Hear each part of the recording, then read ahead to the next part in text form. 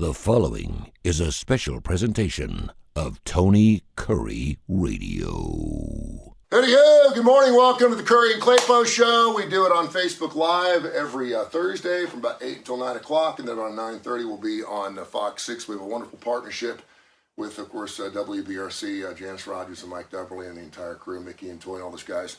We'll look forward to being Claire, who's a friend of yours, will be on Fox. No, actually, Claire's not there anymore. What? Claire Huddleston? She's got a new show. Right, but she's not on Good Day. Well, no, but she's at 11 o'clock. Yes. But she's part of the WBRC, which is part of our Yes. partnership. I just wanted... Colin Gaston. We have dinner at his house on That's Friday right. nights. On Friday. Exactly. Colin invites us over to the house, and we enjoy having dinner with the GM of Fox 6. He loves us. We're a pain in his ass, and he loves us for it. We will not let it go. God, Kurre and Klapow on Fox 6 again. What the hell are we doing, guys? Are we running out of content? Why do we have these two knuckleheads on a Thursday? We're like, hello, we want to be on your OTA. We are. OTT. OTT, OTA, OTC. You know, we are on Good... Now, so what? So Good Day Extra... So they have Good Day. They have Good Day, they have Good Day Extra, and they have Good Day Extra X, and then they have Good Day After Hours, and they have there's Good Day Extra, and it really is a whole show. It's a half an hour show. Oh, I know. And we are Kurre and Klapow. We are the Kurre and Klapow part of Good Day Extra, which is at the end. Yeah, we're filler, man. And then they got the 4 on 4, which is our idea. This is the idea that we came up with. Yes, I'm on the 4. And I'm on if the you 4 watch Fox 6, half the stuff they air is our idea. Stuff we came to the GM about a year and a half ago, so we got some ideas where we could help Kurre and Klapow. Because listen, in all truth, Fox 6 is cool. Yes, they're super fun. Yep. And I was on this other radio show, the Jay Barker thing, which I don't know what's going on with that anyway, but with Matt Coulter the other day, and we were talking about news anchors on television, and I was mentioning Fox 6. And Matt Coulter, by the way, if you pull up a picture of him, he looks like Ron Burgundy, like in the 70s. I mean, he's got the mustache, he's got the hair. I mean, he is spot on Ron Burgundy. Right. So, he was bringing up WKRP. There was some anniversary of WKRP, and I said, what worked really well for that show is you had the token black guy who worked overnights, because every classic rock station had a black guy, and Venus Flytrap, and you had the Johnny, what's his face, that did afternoons, which was me, and then you had Herb Tarlick, who was like Herb Winches, and you had Les Nessman, who was like Jim Dent, this guy. I mean, every radio station had that guy, and it was perfect. But anyway, but they're super cool. They allow us to come on the air with them. We really appreciate that. And of all the TV stations, they are by far the coolest. They're the most. I'm not in any political terms, but they're the most liberal with their time. They're willing to get outside the box a little bit, actually laugh and have fun. Yes. And most news people, I mean, I used to hang out the circuit with Janice Rogers. Yes. She's fun. Yes.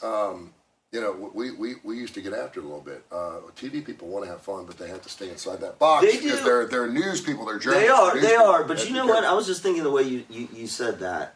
I was thinking more up and down the line because, I work with their 4 o'clock team. Yeah. And almost all of their anchors are that way. I was thinking about Morgan Hightower, Sarah Verser, who's been there for years. There is this there is this professional comfort that they have. Yeah. Right? It's not bunged up. None of them are bunged up, but they do an amazing job covering the news, but it's in a way, like you said, it doesn't feel like you're talking to somebody that's an android. Yeah. It's got a very natural. Well, it's a culture. Yeah. I talked about this to Mark Ingham the other day on our UAB director's chair about how you change the culture inside an athletic department. You can throw a lot of money at a situation and it doesn't work. You can make the right hires at it. You have to change the culture of the inside. And if you get inside, they're laughing, they're kibitzing, they're cutting up. Did you just say kibitzing? They're kibitzing, yeah. That's what my mom used to say, kibitzing. They're kibitzing. That's they cut up and Yiddish they're having a good time. That's Jewish. My mom used to always say... Is your mom kibitzing, Jewish? And she used to say she's going to whip my hiney, and I never knew what a hiney was. Your mom Jewish? No. You sure? Yeah. I'm pretty sure. She's German. That's okay. She's a Brucker. You've been German. The culture thing is really important. It takes a long time. And I did this with Michael Coleman from Mission Minded as well, about changing the culture inside. It takes a long time to do that. You can't just change the culture overnight. It takes a while because it's a culture. Well, and I think that's the thing. You look at businesses or organizations of any kind, including athletic departments. It doesn't matter. News departments. Everybody talks about culture. Everybody talks about how important it is. And a lot of times, and everyone will say,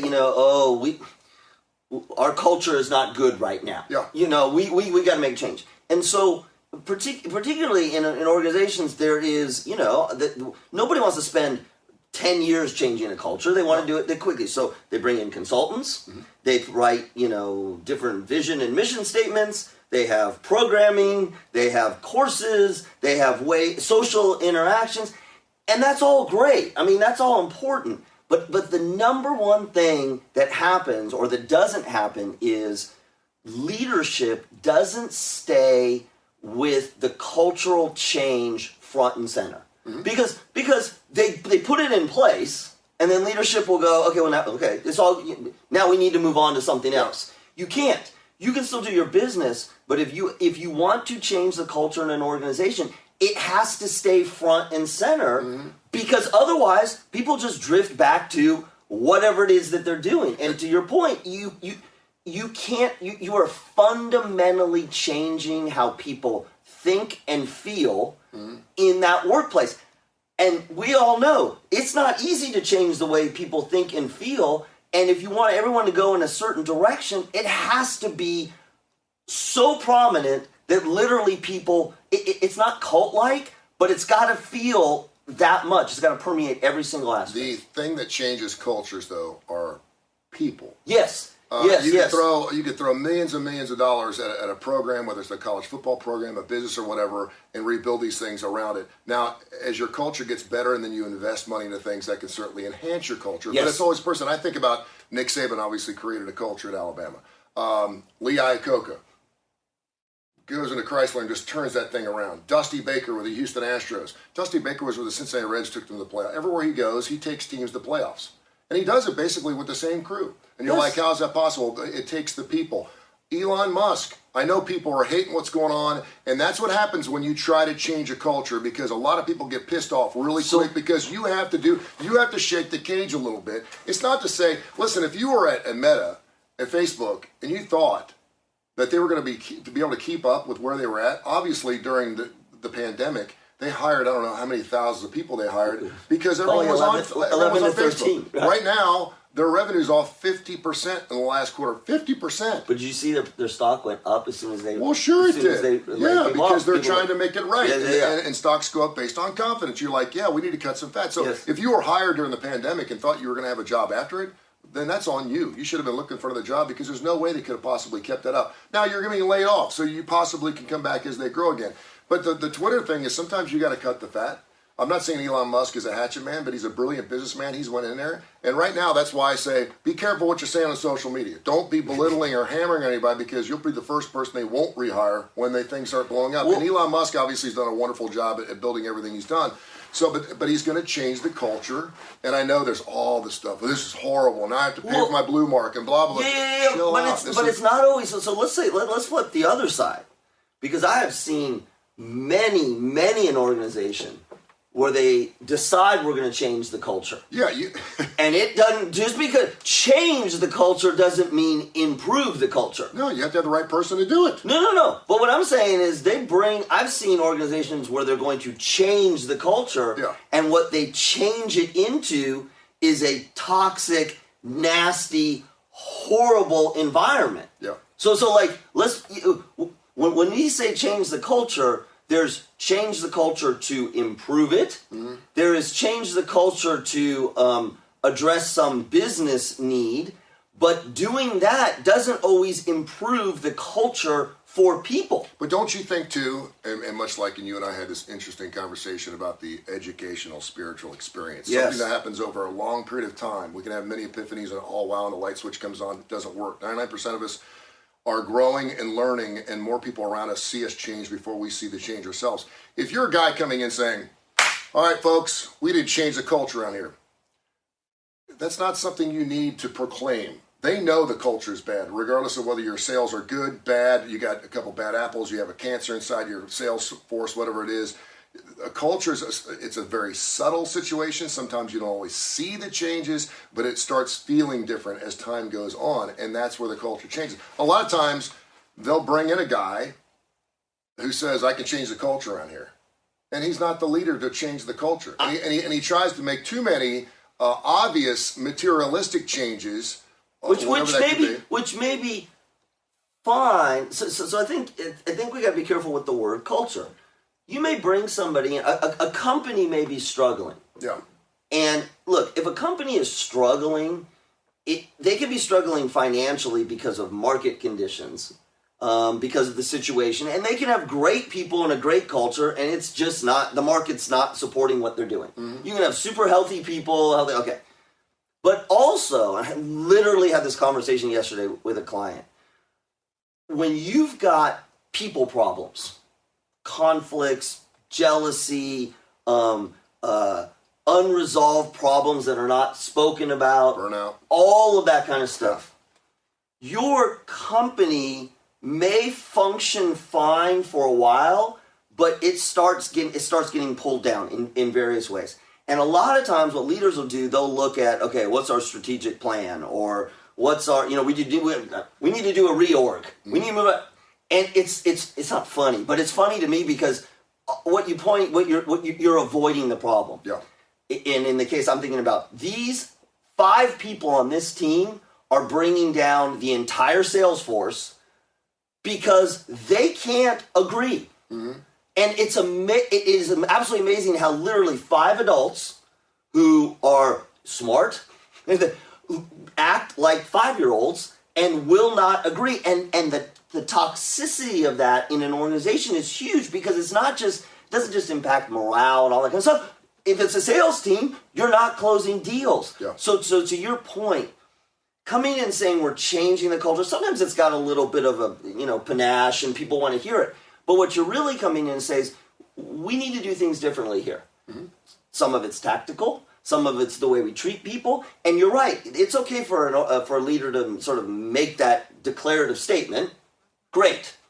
Yeah. But then it's everything else that falls. Yeah. And the day that it starts falling off is before it's been adopted is the day that your organizational cultural change. One of the many things you can hear on the Tony Kurre Radio podcast. If you go just search Tony Kurre Radio podcast, Kurre with a K. We have over 1,000 podcasts up now. And one of my favorite shows is Mission Minded with Michael Coleman, who was formerly with the Jimmy Hill Mission. Really turned that place around. People with Jimmy Hill Mission say he didn't turn it around. He turned it around.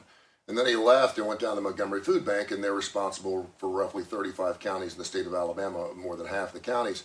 And whenever I went through, I think 12 or 13 GMs when I was at Cumulus at the radio station over the course of a 30-year career, and it wigs us out whenever a new GM comes in because you don't know we've had. And he went through a list of 7 different types of bosses. I can't remember all of them. There's the hatchet man, the one that comes in. He knows he's only going to be there for 2 years. And he's right. Cut the fat. People are going to hate you and then get out. And then we're going to see where we're at. He's not there about to change culture. No, there's the one that wants to be your friend.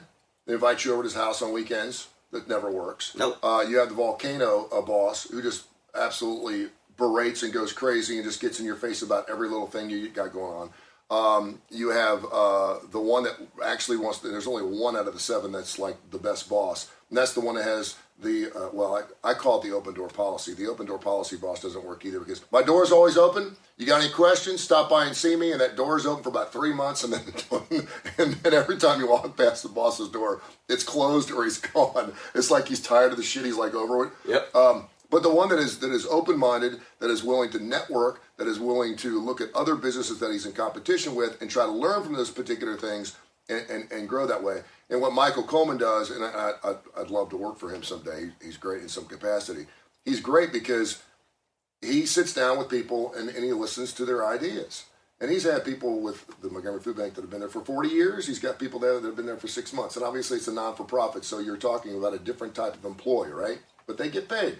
So it's just really interesting, and he is slowly, but he didn't come in and say, it's time to change the culture of this place. But he knew what he had to do in order to optimize the Feeding America platform through the Montgomery Food Bank, and he's doing a great job. Think about this. Think about me as a psychologist. And somebody comes in and is struggling. Yeah. I could say, listen, I've told you about this, how I scared my first patient off, right? Because I could say they come in and, they're like, we're going to change, we are going to fix you. We're going to change you. I can tell you exactly what we need to do, and you need to make these 6 changes, and you need to think about the world in this way, and if you do that, you are going to, is A, they listen, and they listen to all ideas. B, they are willing to both consider the idea, but then also be willing to explain why we're not going to do that. Yeah. I do not like we're not doing that because I said so. No, never. No. But leaders will say, well, I don't have to give a rationale. Why should I always have to give a rationale? Because people perform better. They will work better if they understand why you said no. You don't, it's not, I see a lot of leaders, well, I don't need to justify. No, technically in your position, you don't need to justify, but you're dealing with an equal human. Yeah. And that's the part. People get wigged out when they're treated as children, or they perceive they're treated as children. The first thing I thought of is different with parents and kids, because they're not equals. Right. So you don't ever want to use, because I have an 18-year-old son, you don't ever want to use because I said so. That works when they're 3, 4, 5, 6, 7, 8, 9, 10 years old. But as they get a little older, they do want explanations of why you feel the way you do. And sometimes it's just enough of like, listen, you have to trust me here. You have to trust me on this. Just trust me. This is not a good decision you're making. And it is, and that point, which you just said, there does come a point where, whether in an organization, if you're in a leadership position, where you're essentially saying, I hear what you're saying. I don't think that that's a good way for us to go. Yeah. Maybe you'll give 1 or 2 reasons, but ultimately there is a little bit of because I said so. Mm-hmm. But you don't lead with it. You're even your 18-year-old. You're saying, look, I hear what you're saying. I disagree with it. Mm-hmm. I've been around the block, and I'm going to make a call right now, and you're not going to get to do it. Yeah. No, it's great. We're going to talk about losing. It's the first time in history that UAB, Auburn, and Alabama all went to overtime in the same day, and let alone they all lost. People are like, have they ever all lost in the same day in overtime? I'm like, no, they haven't even gone to overtime. It was amazing. I was at the UAB game, then I came home and watched the Auburn game, watched the Alabama game. It was just horrible. So we'll talk about losing, and we're going to be on Fox 6, and you and I are kind of like, we're going to talk about losing. There's so many other juicy stories we can get out there, but it's Fox 6, it's their station, they can do what they want, and so we'll play along. So I was trying to figure out an angle on it. Outside, we shouldn't take our sports too seriously. Maybe see the Dr. Pepper commercial where the guy's skipping the rocks and the kid comes on there like, we need to talk to you, and he's like, what's up? And they're like, you're upset that our team didn't make the playoffs. He's like, hey, it's a ball and a bunch of kids playing a game, and of course the wife loses it. Oh my gosh, he's lost his mind. Why aren't you in the message boards? What's wrong with you? Yeah.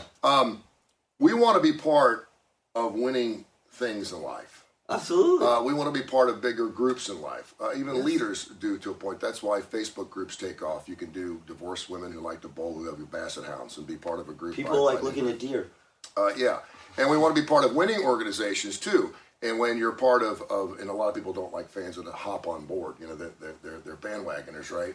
As soon as a team starts going 6-7-0, all of a sudden they're an Arizona State fan. Well, it's fine. When you're in a situation, and I'll use the Lakers for example, it's a really tough situation because the Lakers have won championships out the yin-yang, and they're just a bad basketball team right now, and so you must deal with it.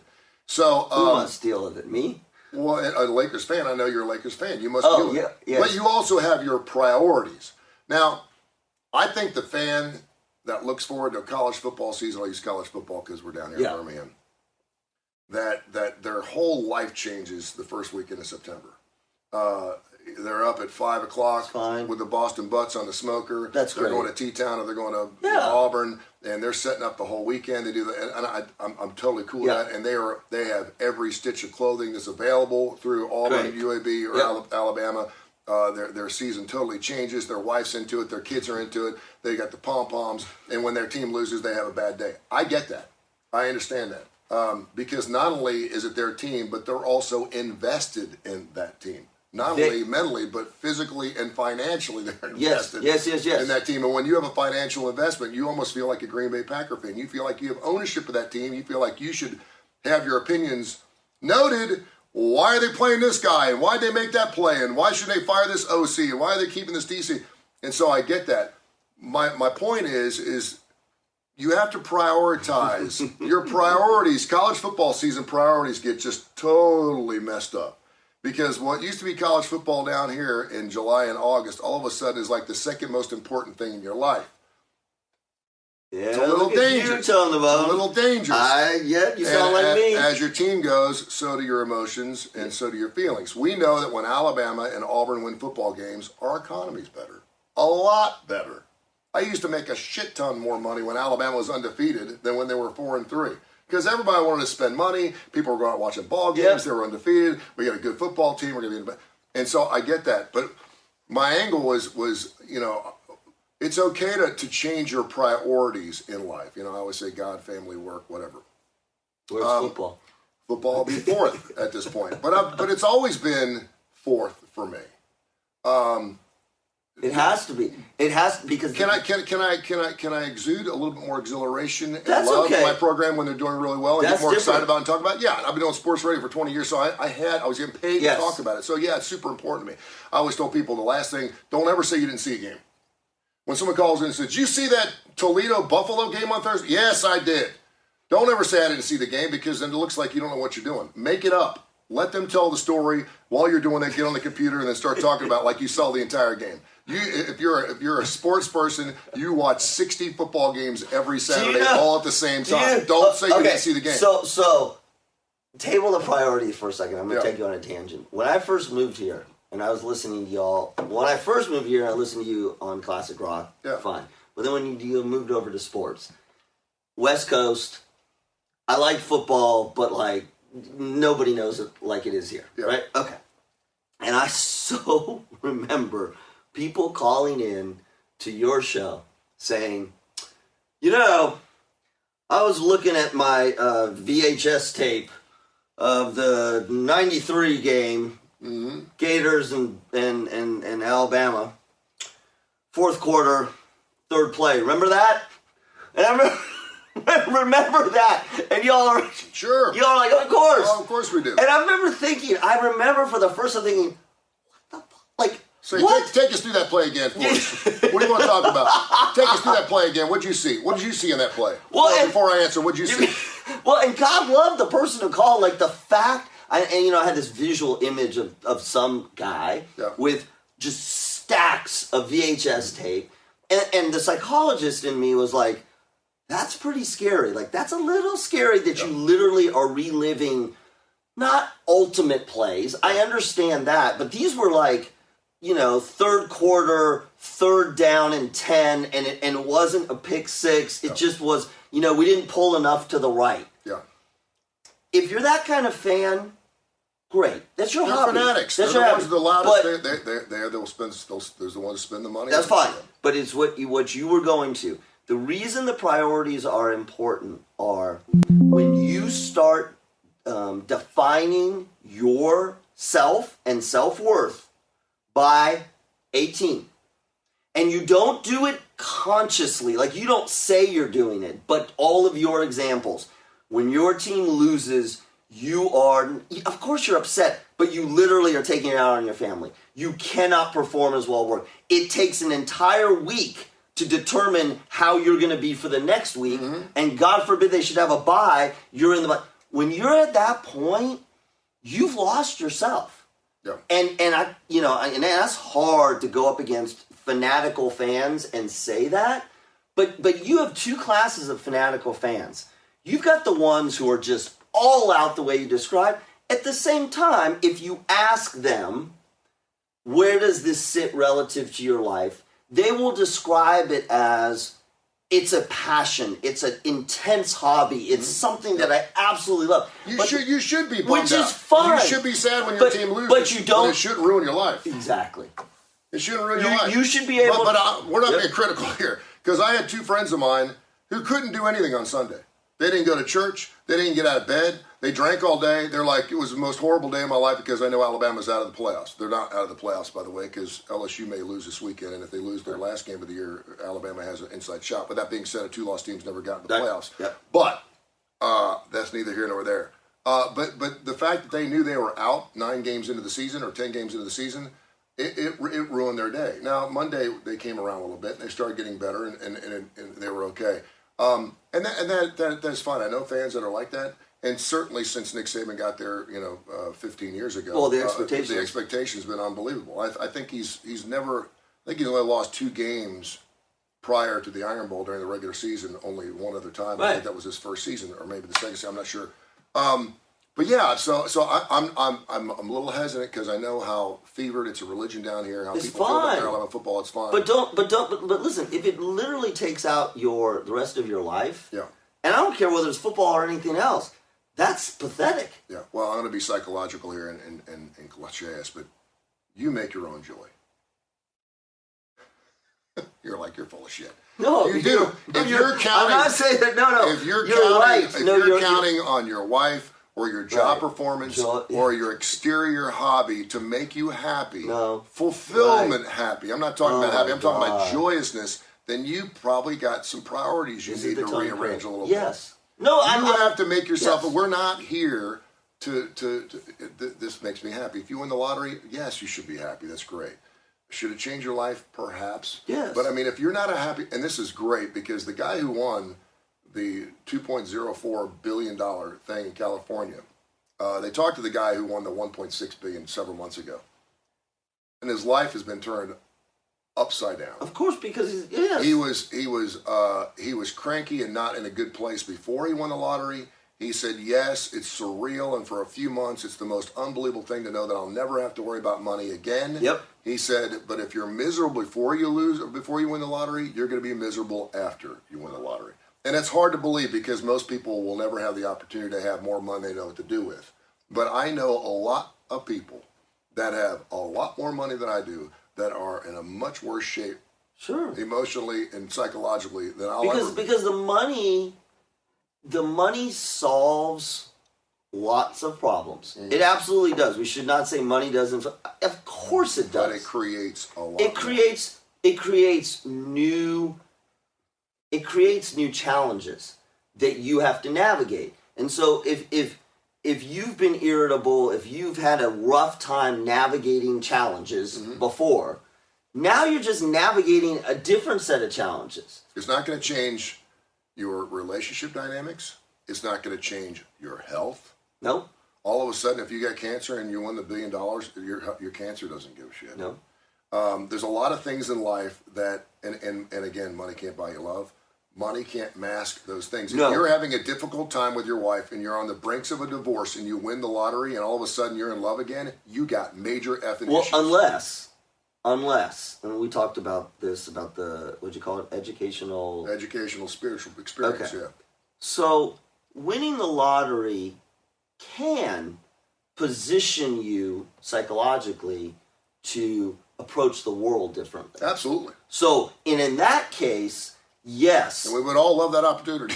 Yeah, of course. Let me try to do it because we know 75% of all people who have won over $1 million or more are either dead or some type of drug addiction. That's $1 million. They end up shooting people. They end up getting divorces. Do they count? What about the $1 billion ones? No, there's only a couple of those, my friend. Thank God it's in California because you know how much rents are?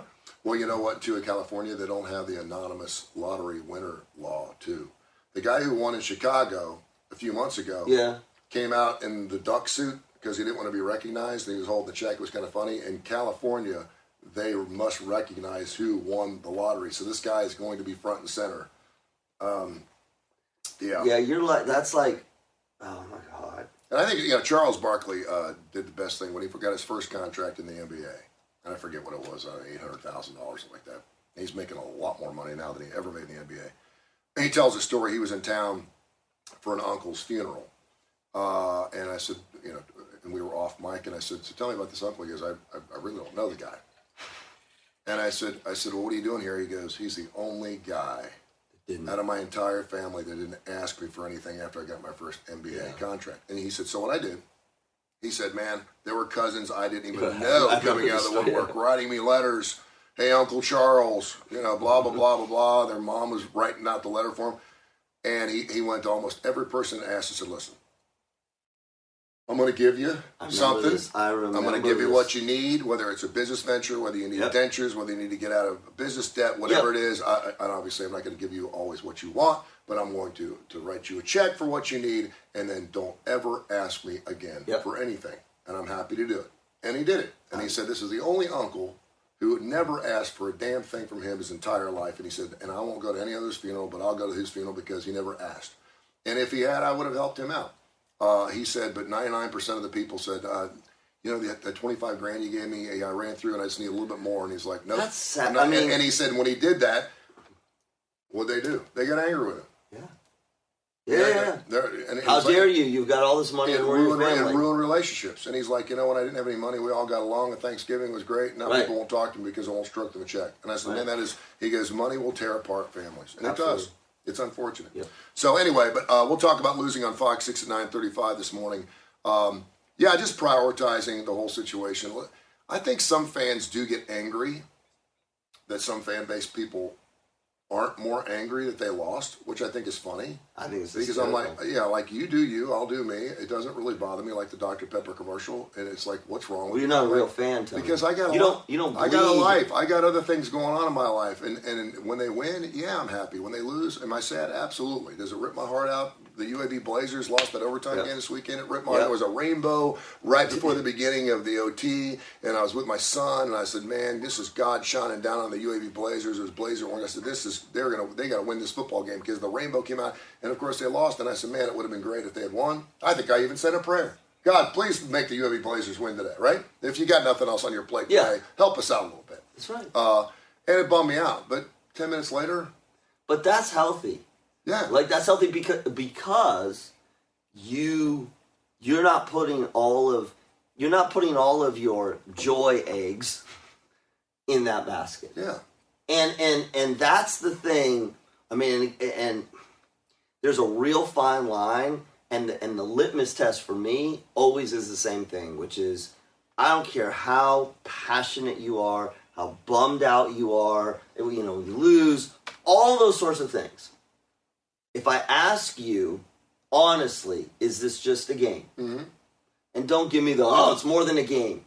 Honestly, in your head, is it just a game that you are a fan of? Yeah. If you can't say yes, then my concern is that you've lost your sense of identity. And it's not just football. I mean, this is anything. This is any sort of pastime that becomes... If you work for the team, if you're a player on the team, then it is a very different thing. And that's what's so interesting to me about fans. If you play for the team, you have to sacrifice everything. Well, what does Saban say all the time? He sees these rabid fans. He's like, think about how we feel. That's exactly. You think we want to lose this football game? Right. You think right. These guys are sweating their asses off for 18 practices a week, and they just put out 60. How do you think they feel? You think we don't want to win that game? You don't think we thought to make that call? I mean, that's my favorite. Oh my God! And the worst is for me when the kickers miss a kick. Yeah. Oh, horrible. You should work with Aldo Greco. It's the worst feeling in the world. I mean, you're either the man or you're the goat. And when you make a 20-yarder, they expect it. Right. When you make a 55-yarder, not so much. The other thing is, go ahead. Tom Brady. Yeah. Feeling like a winner or a loser right now? Oh, he's feeling like a winner. Why? Because he just won his last ball game and scored a touchdown in 44 seconds. What about his divorce and his marriage has gone from? This is what I think is interesting. It made things just a little easier for him, I think, because he had something to think outside. Obviously, when you're losing... Does he think about it as a winner or loser in life? Oh, he knows he's a winner in life. He's won 7 Super Bowls. No, but you see what you're going? You see what you're doing? Yeah. But he's also lost a marriage. But he has. But you also look at the last thing that just happened to you as well, too, to kind of see where you're at. That's a deflection. Listen, that game right there will determine whether he plays football next year. No, I understand that. But if we're talking about and right now, Tom Brady, all he's got is his kids, obviously, and he's got his football career. something that he's done for a long period of time that a lot of people would say he gave up a lot of part of his life because. But right now, if I ask Tom Brady, right now, not in a year from now. You're saying loser in life? No, yeah, and I don't want to say loser. Do you feel like right now, if I take the whole of your life, right now, are you in a winning position or a losing position? Now he's gonna say he's an athlete. He's gonna say that. Yeah. But what I'm saying is, on the inside, he has got the football. He's got the career. But he's gone through a divorce. There's a whole lot of loss there. I can't get inside Tom Brady's brain, but I'm also thinking about a guy that went 6th in the NFL draft, who was never supposed to be anything. I'm not talking He's about... had a lot of challenges in life that we don't even know about, Yep. and he's got through those challenges, and I think he's an adaptive type of guy that can look at this and go, this is just another chapter in my life. I've got my entire life. I'm 45 years old. Obviously, this has happened. She's still alive. It's not to say they can't redeem themselves. He still has his beautiful children, which he wouldn't have without her, and he's got the one for Bridget Moynihan. So he's a very confident individual. If there's one guy that can feel like he's a winner regardless. Well, overall, in some, yeah. I mean, in summary, yes. Yeah. But I do think, I heard so many commentators say, he was having problems because there were distractions in his personal life. And then, now that that's done. Yeah, it's not done. It's not done. And listen, I don't know if they were 3-5 going to this last ball game because of his divorce or not. Yeah, I don't certainly make that acknowledgement. I've been through a divorce. You've been through a divorce, and when you go through divorce sucks. Everything. It sucks everything out of your brain, and it's very difficult. And some people find joy at work, which I think he does. Absolutely. And so it's a great. He can compartmentalize that joy away from what's going on in his personal life, where a lot of people don't have that. Maybe they have a shitty job too. And they're like, great, now I got to get on my shitty job after my wife just cheated on me and she just left. I don't know. Something else I want to get into. This is great talk too. Kurre and Klapow show, Fox 6 will be on at 9:35 this morning. Something I'm guilty of, and you know this. My Griswold is coming out. Oh, jeez. And, I'm not going to I'm moving, so I'm not going to put Christmas lights up this year unless I get out of this place and find another place to put up lights. That's going to kill you not be able to put Christmas lights. I've done it for 30-something years. Can you just put them up And it's something my kids love, and they're asking me about it. I'm like, I'm going to figure something out.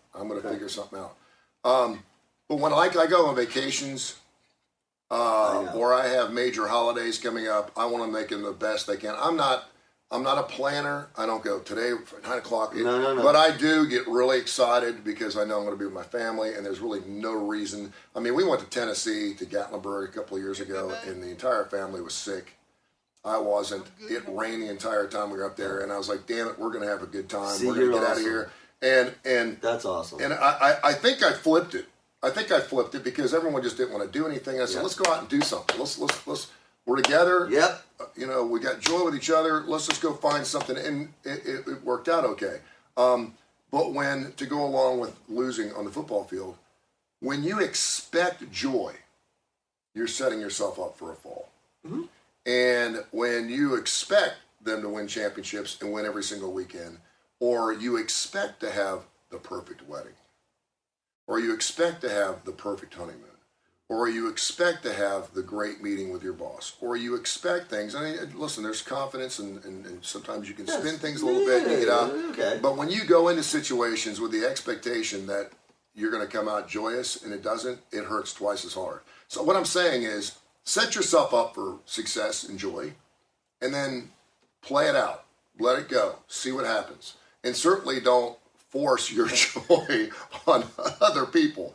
Because sometimes if you're not in a joyous mood, you don't want to be around that person. It's like the jogger at 4 o'clock in the morning, and her ponytail's, and she's just running, and you're getting up. No joggers. First of all, I've never, ever seen a runner, and I know many of them, who look happy when they're running. And they're smiling. Nobody's smiling when they're running. Walking their dog, and they got their shovel, and they're just happy. And I think what you're talking about, you went back to this.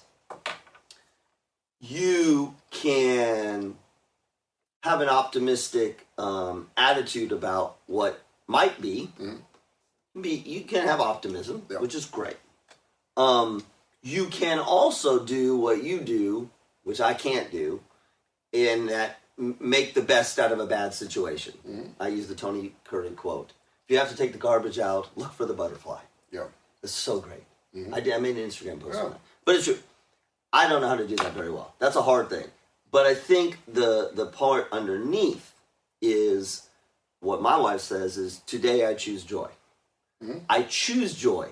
Meaning, no matter how shitty something is, I'm not going to be fake happy. Yeah. That's not what you're saying. No. But I am going to choose to be joyous at some level that's calibrated based on what's going on, and I will not let the circumstances of my situation right now take me out completely. Yep. Now, that being said, I will qualify that with a few things. Yep. The breakup of a relationship, the loss of a job, the death, all those kind of things. This is not you have to be joyous through those things. But when you choose joy, what you're saying is, I'm going to ride the ups and downs, but I'm going to choose to be in a good place. Yep. And that's joy. Because I think the problem with the word joy is we instantly think Griswold happy, Yeah. and it's not. Yeah. But it does come from within. It is not easy. I am the first person to say that I struggle with choosing joy. Well, we saw the Griswold thing, right? Because he did have joy. He did have moments where obviously it was not a joyous situation. Then he found a way to get locked in the attic and turned it into joy. Yes. And then at the end of the movie, when everything fell apart, what did he do? He lost his brain and said, damn it, we're going to have the best damn Griswold Christmas we ever had. And everyone wanted to go home. Right. And it turned out okay because it's a movie. That's right. Wanted to bring up something I thought was really interesting. I was listening to NPR yesterday. And we just had the midterms. I don't talk a lot of politics around here because I don't control it. And I actually put out a sample ballot. I mentioned a couple of days ago, my 18-year-old son called me and said, what do I do? I said, go vote. And he's like, what am I voting for? I said, there's 47 things. He said, 47 things? I said, there's 10 amendments. There's 37 things. You got the Shelby County coroner you have to vote for. He's like, what if I don't know those people? I said, don't vote for it then. Vote for the things you know. Do a little research. And he's a super smart kid. I was just going to say, you're a smart kid. But the LGBTQ plus community was as well represented in this midterm election than any other midterm or any major election, general election that we've had in the history of this country. Yep. Including the governor of Massachusetts. They had an entire story about it yesterday on NPR. And I was kind of finding myself getting a little agitated. Okay. The first openly gay Vermont governor. I think it was Vermont. No, it's From Massachusetts. Massachusetts. Well, I thought it was Vermont. Also Vermont? I believe so. Now we got two? She may be in the first lesbian. I'm not. This is the first openly gay lesbian governor of Massachusetts. Okay, so something happened in Vermont too. I will look it up. You can look it up. She said something along the lines of, I'm here to let every little girl out there know that you can be and do whatever you want. Yeah. We have proven that. And there were some also, and everything she said had to do with the fact that she was openly gay and or a lesbian. Again, you're looking up to make sure we have the right governor. Yeah, it's Massachusetts. Massachusetts, okay. Maura Healey. And I'm fine with that. It's unprecedented. We're moving in a direction where we're being much more accepting of that. Obviously, she got voted in by those people, and she obviously got voted in by a lot of heterosexual people because not everyone in Massachusetts is gay. You sure? The old man in me was kind of going, Yeah. we didn't vote you in because you're gay. No. No. We didn't vote you in because you're a lesbian. We didn't vote you in because you're pro LGBTQ plus. I know some people did. Sure.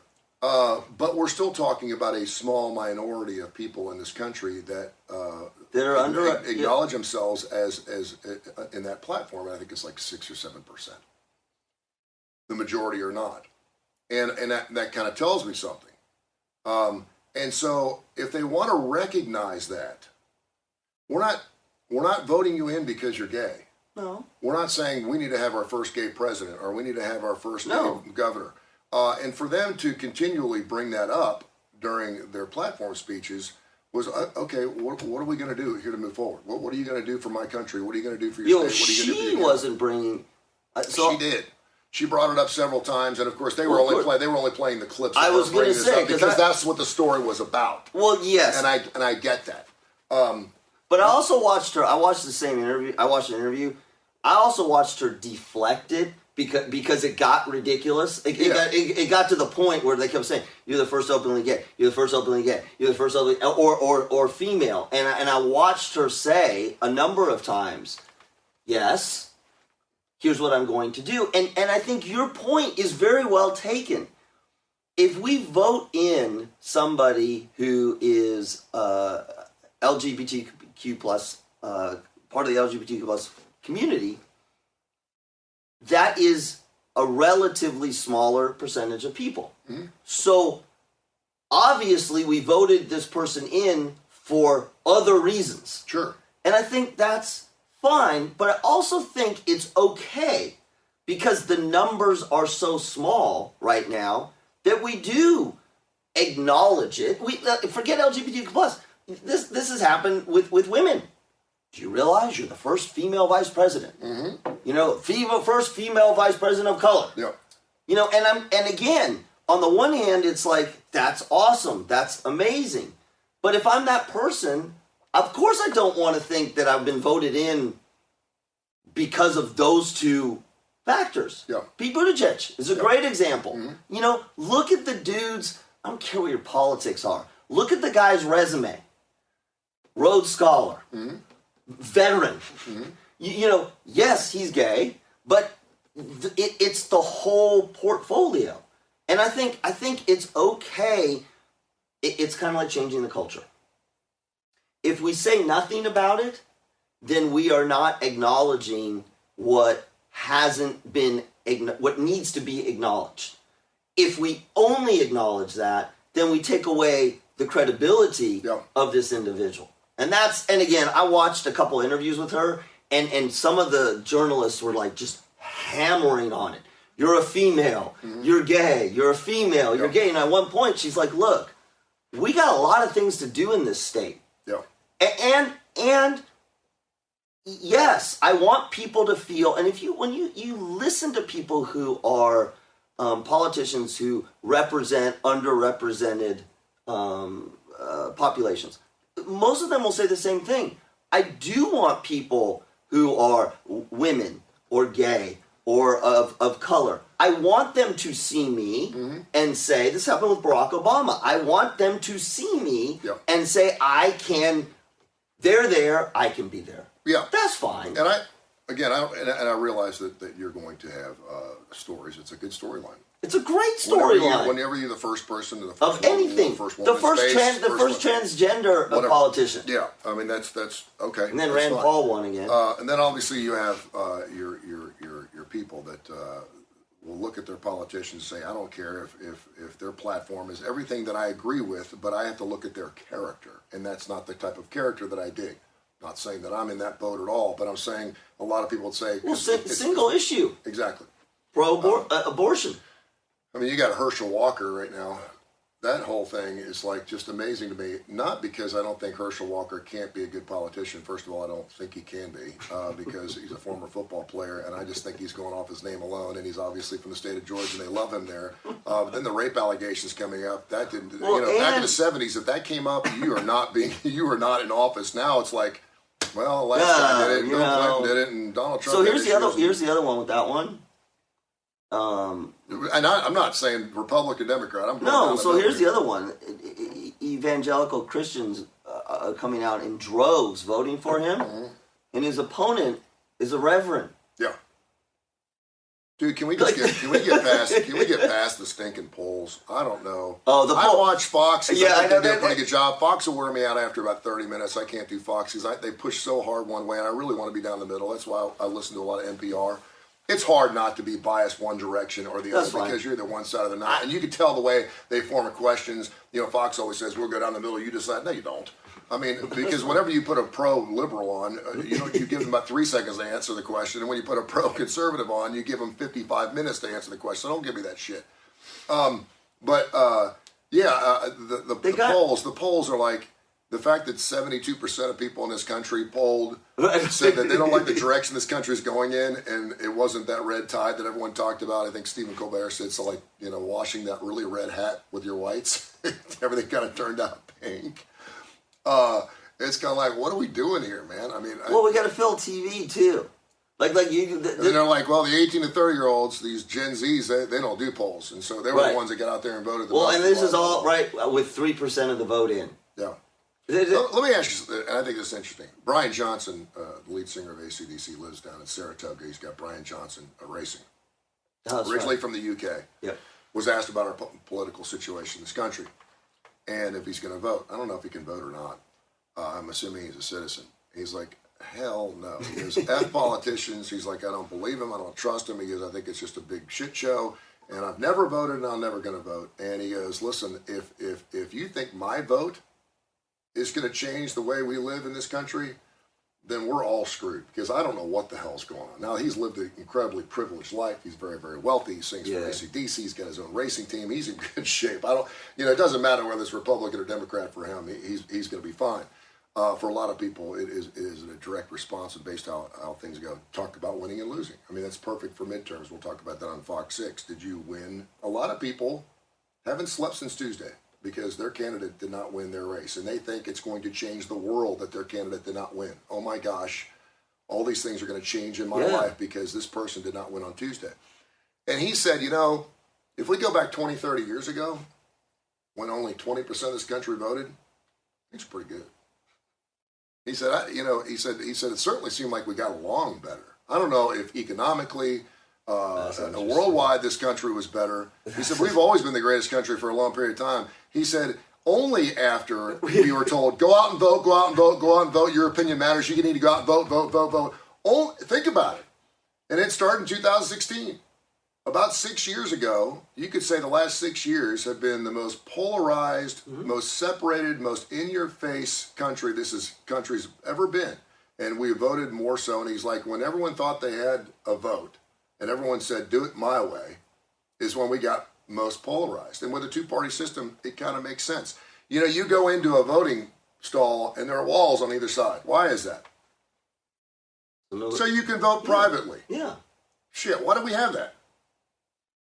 You're telling everybody when you go in who you're voting for. I mean, you don't talk about sex, religion, or politics. Right. Now, those are the first three things you bring up at Thanksgiving. By the way, I'm a lesbian. I'm giving up Catholicism, and I'm voting Republican. Oh, great. That's the first thing that Susie walks in the door from Tupelo, Mississippi, as she visits her parents. I mean, we feel the need to tell everybody how we feel about everything right now, not, according to you, reading the room, knowing there's other people in that room that totally disagree with you. Why even bring that up? Right.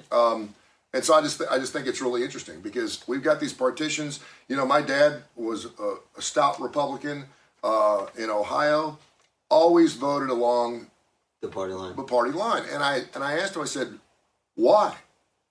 And because I'm a conservative, and we're God-fearing, and would go on this whole thing, and I'd go, okay, and I, much like, the son wears the same type of underwear his dad wears, right? I wore grippies till I was 50, until I learned to breathe a little bit. And so I was raised a Republican, in a Republican family. And I said on Tuesday, if we all just vote along, and I was telling my son this, are we Republican or Democrat? I said, you have to make the decision what you think you are, based on the candidates that you look at. Well, no, but I just hate the fact that he had to ask me that question. No, but who you are. Yeah. It's, you can, if we unpack it, it makes more sense. So I've heard the rationale, and I agree with this. Real quick before you go, I told him that if you're just going in and voting along party lines, then you don't need to vote. If you're registered, no, listen to me. Okay. If you're a registered Republican, you should better make a phone call and say, I'm a registered Republican. Just mark me down for everything. Because if you just go and you don't know who the hell you're voting for, I don't know who the Shelby County coroner is. If you just vote Republican on everything along party lines and you're not doing your homework, and I'll be the first to admit that I have voted Democrat and Republican. I've been voting since 1988. People are like, what? And I'm like, yeah, there are some situations where, quite frankly, despite the fact that I consider myself a Republican and conservative, I hate the word conservative because it sounds like you're lame. It just feels like you're a little bunged up. Yeah, and I don't like the word You gotta liberal be either. free like liberals. But there have been some situations where I've looked at a Democratic nominee, and I look at and I'm like, it weighs a little heavier on the Democratic side, and people are like, they can't believe that, and I'm like, but that's so there's an argument, I've heard this time and again, that voting around down party lines should be a statement that the platform or the views of this party as a whole are what I want to see in my country. And while there may be individuals within that party, and this is really why we have a problem now, because, it's the whole idea of what does the party stand for? Yeah. And your dad and my grandfather, they could define for you what the party stood for. And they might even say, while I may not agree with any particular candidate, I want the party to win because I want the party's perspective. I understand that. To go that. That's fine. I get that. But when you say, I am a Republican, I am a conservative, that is who I am, I call bullshit on that. To me, that's like, come on. That's not, now you're not thinking. Yeah. Now you're just lumping yourself in. Now, if you can say, here's the reasons why I am that, and this is why I'm voting for everybody in that in that political party, then whether I disagree with you or not, I get it. But I don't like it. It's too easy of a default because so many people, they're not doing their homework. Yep. There's a lot of people who do. There were Republicans and Democrats on that Shelby County ballot that I can name. I can name one on each side. Yep. They're not going to get anything done. They haven't been in politics. They don't know what the hell they're doing. And quite frankly, I don't like their character. Mm-hmm. But they're Republicans. One was a Republican, one was a Democrat. And if I voted along those lines, I'm going to vote this slug in. I'm like, no, we're not going to do that. Right. I did some homework on the other person. I don't really believe in their party lines and some of their party. But that's, we always talk about in this country, we need to work together. We need to work together. Right. We need to cross the aisle. Right. Even Joe Biden said it yesterday. We need to cross the aisle. We need to work for it. We did it in gun reform. It was the first thing. Oh my God! It was like, congratulations! For the first time in 100 years, we actually agreed on something. And I don't think until we start doing that, we're going to move. Now, a lot of people would say, if it's 50-50 and down the middle, we're never going to get anything done, or if a House is one way and a Senate's another. And that just really bums me out to think that we're not going to. The only way we're going to get something done is if you have the majority. What does that say about this country? If the majority was true and got their way in everything, we wouldn't have the first gay Massachusetts governor. Yeah. Because it's a majority-ship. And I just, I don't know. I like to see both sides of the aisle, and I know that drives people crazy. There's probably, I can't believe you voted Democrat. Well, but come on, stop. I mean, this gets back to the beginning of this conversation, which is you want to change a culture, then people have to be willing to work together with one another, work in a compromising, collaborative way. Yeah. Works in marriages, works in organizations. It has to work in politics. Yeah. I do think, and you hear this a lot, we who are not in politics only see politics, right? We just see what we see. And particularly in this day and age, because of all the social media, because of the polarizing nature, the idea of working across the line, which used to be a good thing, now is seen as a bad thing. Yeah. That being said, I mean, again, Mitch McConnell is a great example. Mitch McConnell, while everybody's like, la, la, la, la, la, and Mitch McConnell's putting out this, they're all working at some level, negotiating behind the scenes. Yeah. They don't want to tell us that because we don't want to, how dare you? Are you kidding me? That's an Alabama coach talking to an LSU coach. Mm-hmm. Oh, you can't do that. Yeah. Yes, you can. Yeah, they're like lawyers. Right. Yeah, that's a great example. I got news for you. Your politicians are going out and having dinner together tonight. Right. They're fighting each other on the floor, but the minute it's over, the two lawyers are going out and having drinks, and Joe's about the case. Because that's how we do get shit done. Yeah. All right, great show, Kurre and Klapow show. We'll podcast this later on this afternoon. You can check it out. Thanks for everyone watching this morning, and of course, coming up here. What time is it? It's 1:29. It's 9:02. 9:02. Coming up here in about 28 minutes, we'll be on Fox 6. Check us out, WBRC on the Big Fox. We'll be on with Janice Rogers and Mike Dubberly. Make sure you download the TKR app, Tony Kurre Radio, through Apple. Just pull up TKR. We get 5 stars across the board, or Tony Kurre Radio on Android, and listen to great classic rock and roll. We have shows that start at 9 o'clock in the morning. We have Students of the Game, which is on right now on the TKR app. Great shows, and of course, check out Tony Kurre Radio podcast. We got some great podcasts out there right now. One of our best ones is the Director's Chair with Mark Ingram that I started doing a couple weeks ago. We're working on a couple of new shows that we're going to be doing next week, and occasionally I'll just reach out to a celebrity. Andrew Goff's going to be on next week. I have Jeff Cook of the band Alabama, who just passed away from complications from Parkinson's. He died, I guess, on Tuesday.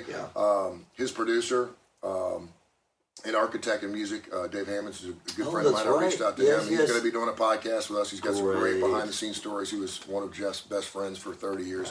So all kinds of interesting stuff. So check it out on our podcast network, and check us out on Fox 6 in the bottom of the hour. And thanks for watching.